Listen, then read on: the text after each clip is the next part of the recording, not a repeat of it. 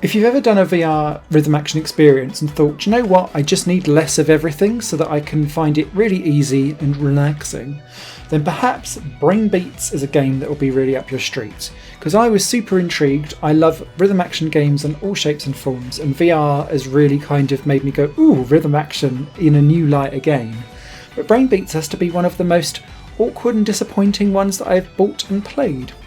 I grabbed this on PSVR, and it was designed by wellness professionals, so I guess I should have seen the writing on the wall before I bought it, they've decided to kind of make a really easy rhythm action game in VR with down-tempo chilled out music in one section, and then an adrenaline section full of dance floor pumpers on the other side, for you to kind of yin and yang between having an adrenaline filled session and then chilling out and relax with some down-tempo chilled moves.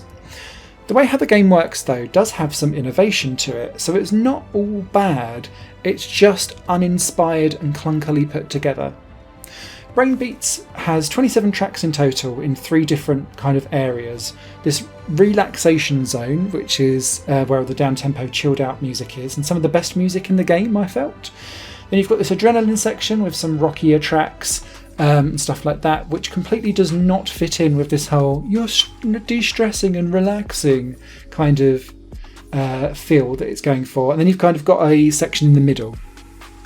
If you're going for actual challenge, only the adrenaline stuff will do any of that, but it's just as much out of its jankiness rather than it's actually being a physical challenge. And I'll explain why for 2 reasons. The first reason is that the patterns that come towards you are randomly generated but are the same things every time, or that they're in the same point every time. So you have one colour for your left hand, one colour for your right hand, and you've got orbs that come towards you, so you kind of hit the orb as they go through, or just kind of position your hand there. You don't punch or anything like that, and your hands just kind of are there, and they just kind of like which I found really unsatisfying.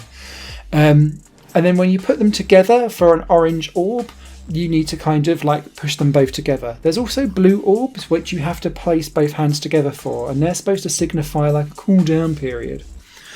But the kind of cool innovation with Brain Beats is that it's like, I want to be Beat Saber too. So if you press and hold the trigger buttons on the move controllers, up pops a little sword. And when blocks come towards you instead of orbs, you need to kind of slice, and I say slice with like speech marks because I'll explain. You slice these blocks with left or right or together as you kind of go through the game. Now, slice only works on a going up down slice. It doesn't work on a down up slice for no particular reason, but it also works even better if you just hold the knife there and the block runs into it and will slice it. So you're just kind of pulling on and off triggers to decide which blocks you're going for. The issue then kind of rears its head with this, and bombs that come towards you again, not very stress relieving for you to kind of step out of the way and avoid. Although the pattern itself stays the same, what the blocks ask you to do changes every time you play, and some of them work well, some of them are really clunky, and there's no rhyme or reason as to what it's doing. So sometimes you can get into a pattern where you've got like 10 of you just moving your left arm around, and then you'll get like 1 with the right, and the game is obsessed with making you cross your arms, and it will be like back forth. It's like a bizarre do-si-do that you're doing, or like a with your hands where you're doing like the scissors. It's bizarre, and it seems to want to do that constantly to try and like be like, hey, we've got difficulty, swap your hands, and because it's randomized, it feels really all over the shop.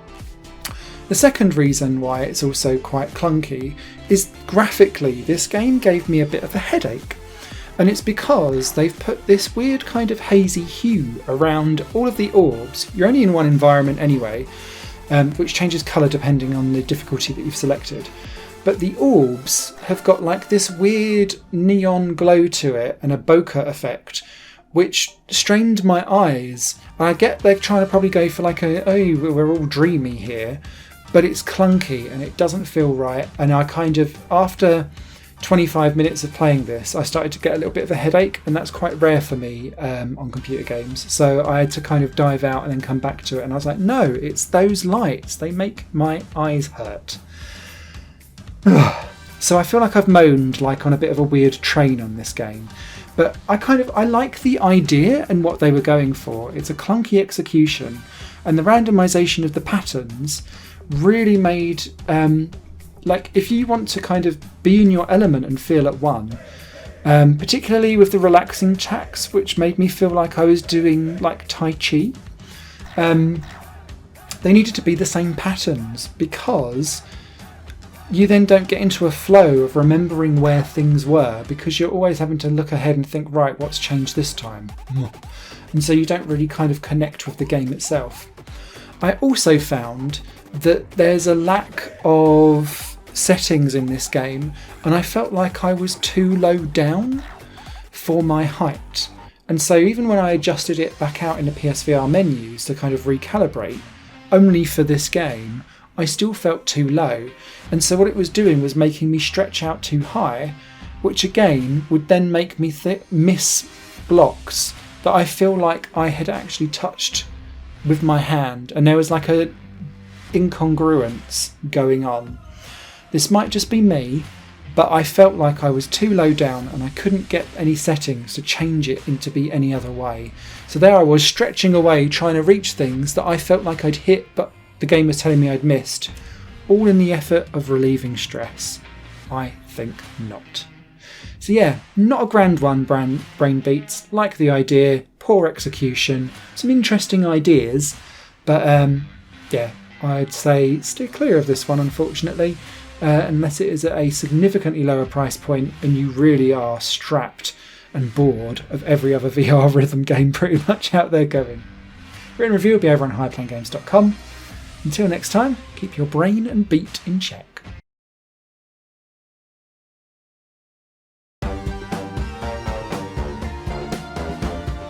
Higher Plane Games is part of the Higher Plane Network, a completely independent media outlet supported by people like you. The goal is to create the best possible content that cultivates a richer indie scene for games as well as music and entertainment. To find out more and to get involved, visit patreon.com/higherplane-network. Your support makes all the difference, and in return you'll gain access to bonus content and downloads. Thank you for watching.